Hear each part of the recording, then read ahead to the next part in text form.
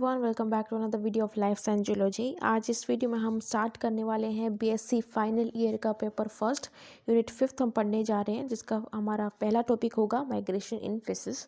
यानी फिशेस के अंदर किस तरीके से माइग्रेशन होता है, कौन कौन से तरीके के माइग्रेशन होते हैं, किस वजह से होते हैं, वो सब इस वीडियो में हम डिस्कस करेंगे। तो स्टार्ट करते हैं माइग्रेशन इन फिशेस। सबसे पहले हम ये जान लेते हैं कि माइग्रेशन एक्चुअली में क्या होता है।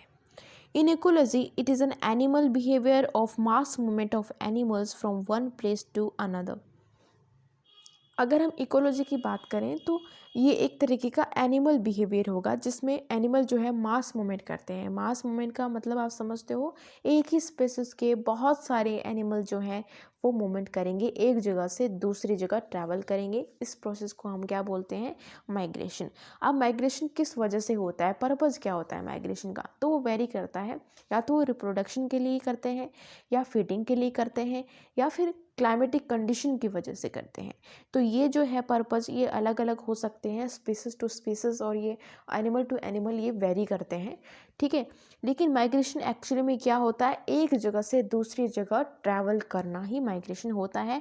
अगर हम फिशेस माइग्रेशन की बात करते हैं तो क्या होगा? एक तरीके का एनिमल बिहेवियर है, जिसमें मास मूवमेंट होता है एनिमल का एक प्लेस से दूसरी प्लेस पे। सेकेंड पॉइंट है, the purpose of migration varies accordingly with the type of animals. जैसे जैसे यानी कि जो माइग्रेशन का पर्पज़ है वो वेरी करता है एनिमल टू एनिमल और स्पेसिस टू स्पेसिस, ठीक है। या तो वो माइग्रेशन करेंगे फूड रिसोर्सेज के लिए, फीडिंग के लिए, या रिप्रोडक्शन के लिए, या क्लाइमेटिक कंडीशन उनको एट प्रेजेंट सुटेबल नहीं कर रही हैं। तो इन सब रीजंस की वजह से जो है माइग्रेशन होता है। Migratory behavior of fish is a regular phenomena. Their journey is purposed mainly for feeding and reproduction. अगर हम फिशेस की बात करें तो ज़्यादातर यहाँ पे जो है रिप्रोडक्शन और फीडिंग के लिए ही जो है माइग्रेशन हमें देखने को मिलता है। नेक्स्ट आता है types fish migration on the basis of needs. यानी कि किस वजह से जो है माइग्रेशन हमें देखने को मिलेगा फिशेस के अंदर। फर्स्ट पॉइंट आता है एलिमेंट्री और फीडिंग माइग्रेशन।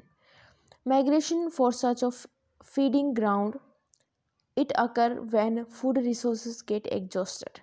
Elementary और feeding migration कब होता है?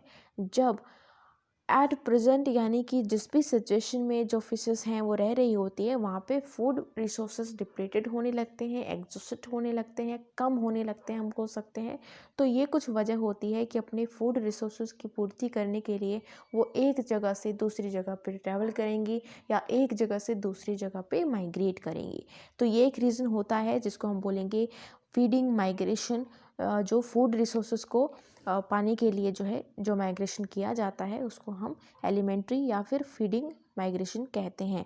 सेकंड आता है गैमेटिक और स्पॉनिंग माइग्रेशन, इसको रिप्रोडक्शन माइग्रेशन भी बोला जाता है। It occur during breeding season in search of the suitable spawning ground. तो ये सूटेबल स्पॉनिंग ग्राउंड यानी कि जहाँ पे एग ले करने हैं फिशेस को, उस ग्राउंड की सर्च में जो है वो माइग्रेशन करती हैं। कभी कभी फिशेस जो है फ्रेश वाटर से सी की तरफ, या सी से जो है फ्रेश वाटर की तरफ भी मूव करती है, या विद इन फ्रेश वाटर भी वो मूव करती हैं, विद इन सी भी वो मूव करती हैं। तो ये माइग्रेशन जो है in search of spawning ground होता है। तो ये वेरी करता है, कहीं से भी वो मूव कर सकती हैं, फ्रेश वाटर के अंदर भी मूव कर सकती हैं, सी के अंदर भी मूव कर सकती हैं, फ्रेश वाटर से सी में भी मूव कर सकते हैं, वाइस वर्सा कैसे भी चीज़ ये जो माइग्रेशन है वो हो सकता है। थर्ड पॉइंट आता है क्लाइमेटिक और seasonal migration. Migration in search of suitable climatic condition. वो माइग्रेशन जो कि क्लाइमेटिक कंडीशंस की वजह से होता है उसको हम बोलते हैं क्लाइमेटिक और सीजनल माइग्रेशन। फोर्थ पॉइंट आता है osmo regulatory migration. Migration for water and electrolyte balance. तो ये एक तरीके का ओस्मो रेगुलेशन माइग्रेशन होगा, जहाँ पे जो है वाटर एंड इलेक्ट्रोलाइट बैलेंस के लिए जो है माइग्रेशन किया जाता है उसको हम ओस्मो रेगुलेटरी माइग्रेशन बोलते हैं। From sea to fresh water और वाइस वर्सा। ये जो सी टू फ्रेश वाटर भी हो सकता है, फ्रेश वाटर टू सी भी हो सकता है। फिफ्थ आता है ज्वेनाइन माइग्रेशन। तो ज्वेनाइन माइग्रेशन जो होता है वो फिशेस नहीं होती, एक्चुअली में फिशेस का लार्वा जो है इस तरीके का माइग्रेशन करेगा। तो it is a larval migration from spawning ground to the feeding habitat of the parents. For example कोई भी फ्रेश वाटर जो है फिश वो चली गई सी में और वहाँ पे जाकर उसने एग ले किए हैं, तो वो जो एग जब हैच होगा, एडल्ट में कन्वर्ट हो जाएगा, तो वो सी वाटर से डायरेक्ट ट्रैवल कर जाएगा फ्रेश वाटर के अंदर, क्योंकि वो उसका एक्चुअल हैबिटेट है। तो जो लार्वा होगा वो माइग्रेट कर जाएगा कहाँ पे, हैबिटेट ऑफ देयर पेरेंट, जहाँ पे उसका पेरेंट का हैबिटेट रहा हुआ है वो वहाँ पे मूव कर जाएगा। इन केस कुछ फिशेस जो ऐसी होती हैं जो फ्रेश वाटर में रहती हैं, लेकिन एग वो जा कर के जो है सी में देती हैं, और सी फिशेस जो होती हैं वो जा कर के कहाँ पे एग ले करेगी, फ्रेश वाटर के अंदर। तो एग वहाँ पे हैच करेगा, ठीक है, नो डाउट, लेकिन जैसे ही वो अडल्ट होगा लार्वा, तो वो डायरेक्ट अपने कहाँ पे चला जाएगा, पेरेंट्स के हैबिटेट पे चला जाएगा, ठीक है। तो इस तरीके का माइग्रेशन क्या कहलाता है, ज्वेलाइन माइग्रेशन। तो टोटल 5 तरीके के माइग्रेशन हमें देखने को मिलते हैं, एलिमेंट्री और फीडिंग माइग्रेशन, गैमेटिक और स्पॉनिंग माइग्रेशन, क्लाइमेटिक और seasonal migration, osmoregulatory migration and ज्वेलाइन migration. Type of fish migration. The migration of some fishes is a regular journey and is truly an innate animal behavior. एक तरीका innate animal behavior है। Fish migration are classified into following types. कौन कौन से types हैं जिसमें हमने fish migration को क्लासीफाई किया हुआ है। सबसे पहले हम बोलते हैं diadromous migration. It is a migration of fish between sea and fresh water. तो ऐसा माइग्रेशन कहाँ होगा, समुद्र जल और फ्रेश वाटर के बीच में इस तरीके का माइग्रेशन होगा, या तो जो है सी वाटर से फ्रेश वाटर की तरफ मूवमेंट हमें देखने को मिलेगा फिशेस में, या फिर फ्रेश वाटर से सी के अंदर हमें मूवमेंट देखने को मिलेगा। As we know, most of the fishes are restricted to either fresh water or sea water. Change in habitat may cause osmotic imbalance in those fishes. However, some fishes regularly migrate between sea and fresh water and have perfect osmotic balance. They are the true migratory fishes.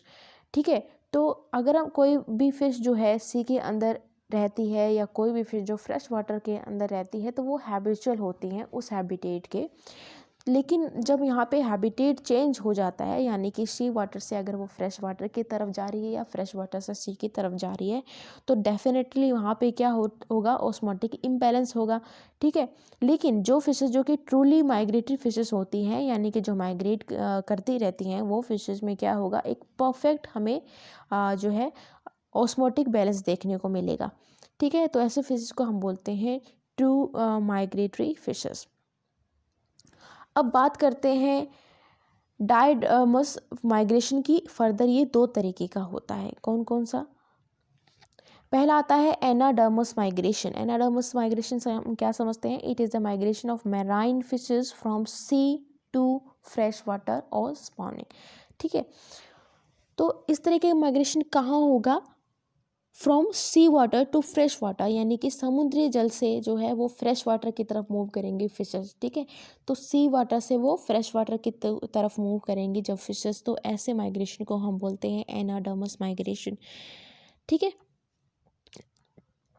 Fishes spend most of their life living and feeding on in sea. तो ज़्यादातर ये अपनी life जो है वो सी के अंदर ही जो है स्पेंड करेंगी। They only migrate during breeding season to the river to spawning ground. तो ज़्यादातर ये जो है ब्रीडिंग सीजन में जो है मूव करेंगी, जब इन्हें रिप्रोड्यूस करना होता है तब जो है ये एक जगह से दूसरी जगह, यानी कि फ्रेश वाटर के अंदर जो है मूव करेंगी फॉर स्पॉनिंग ग्राउंड, यानी कि एक तरीके का एग ले करने के लिए जो है स्पॉनिंग ग्राउंड ढूंढने के लिए दूसरे हैबिटेट में जाएंगी for the reproduction purpose only. Example कौन सा है, सैल्मन, हिस्ला एंड लैम्प्रे एक्सेट्रा, ये कुछ एग्जाम्पल हैं जो कि एनाडर्मस माइग्रेशन शो करते हैं। ऐसे फिशेस के ये कुछ एग्जाम्पल हैं। Salmon migrate from breeding during winter from sea to river. तो ड्यूरिंग विंटर जो है ये सी से जो है रिवर की तरफ, यानी कि फ्रेश वाटर में जो है मूव करेंगी। वाइल माइग्रेटिंग सम साइकोलॉजिकल चेंजेज अगर स्टॉप फीडिंग ड्यूरिंग जर्नी। तो ये कुछ चेंजेस हमें देखने को मिलेंगे जब वो माइग्रेशन कर रही होती हैं। तो स्टॉप फीडिंग ड्यूरिंग जर्नी, यानी कि जर्नी के दौरान वो कुछ भी फीड नहीं करेंगी, कुछ भी खाएंगी नहीं। Changes colour from silver to dull reddish brown, इनका कलर भी चेंज हो जाता है। गोनाड्स मैच्योर हो जाएंगे क्योंकि ये रिप्रोडक्शन पर्पज़ के लिए वहाँ जाती हैं। They select suitable spawning ground and make a saucer like nest in which female lays egg and male releases smelt over them. Juvenile larva hatches out from the egg known as alevins. Alevins then transform into pur and metamorphosed into adult when returned to the sea. अब यहाँ पे Metamorphosis हो गया, यहाँ पे larva जो है adult बन जाएगा और वापस से रिटर्न कर जाएगा सी में।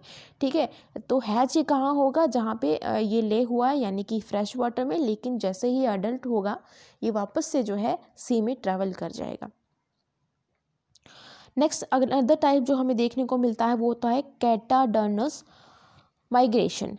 It is a migration of fresh water migration from river to sea during breeding season. ये जस्ट अपोजिट होगा। यहाँ पे क्या होगा, fishes from sea water from river to sea. ठीक है, तो यहाँ पे फ्रेश वाटर से सी के अंदर जो है माइग्रेशन होगा। पहले में हमने देखा था यहाँ पे एनाडर्मस में एनाडर्मस माइग्रेशन जो था, यहाँ पे सी टू फ्रेश वाटर यहाँ पे जो है माइग्रेशन हो रहा था, सी टू फ्रेश वाटर। लेकिन अगर हम बात करते हैं कैटाडर्मस माइग्रेशन की, तो यहाँ पे जो है फ्रेश वाटर से जो है सी वाटर की तरफ जो है माइग्रेशन होगा।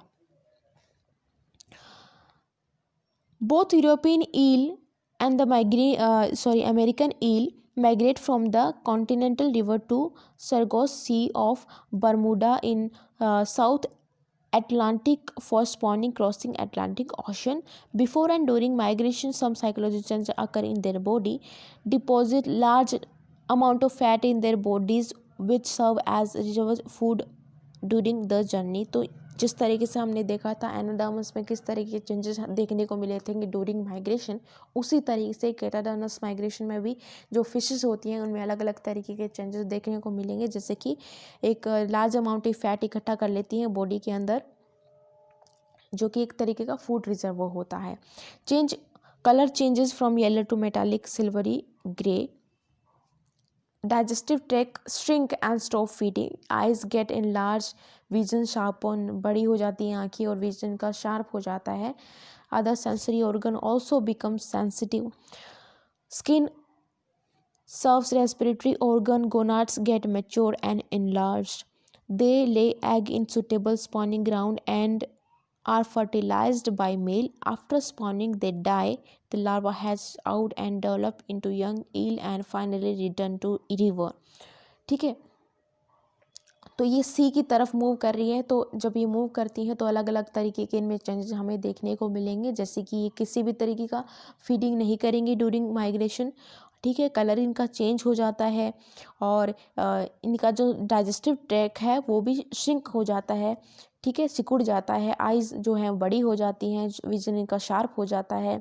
स्किन जो है वो रेस्पिरेटरी ऑर्गन की तरह जो है बिहेव करने लग जाती है। गोनाड जो है मेच्योर हो जाते हैं।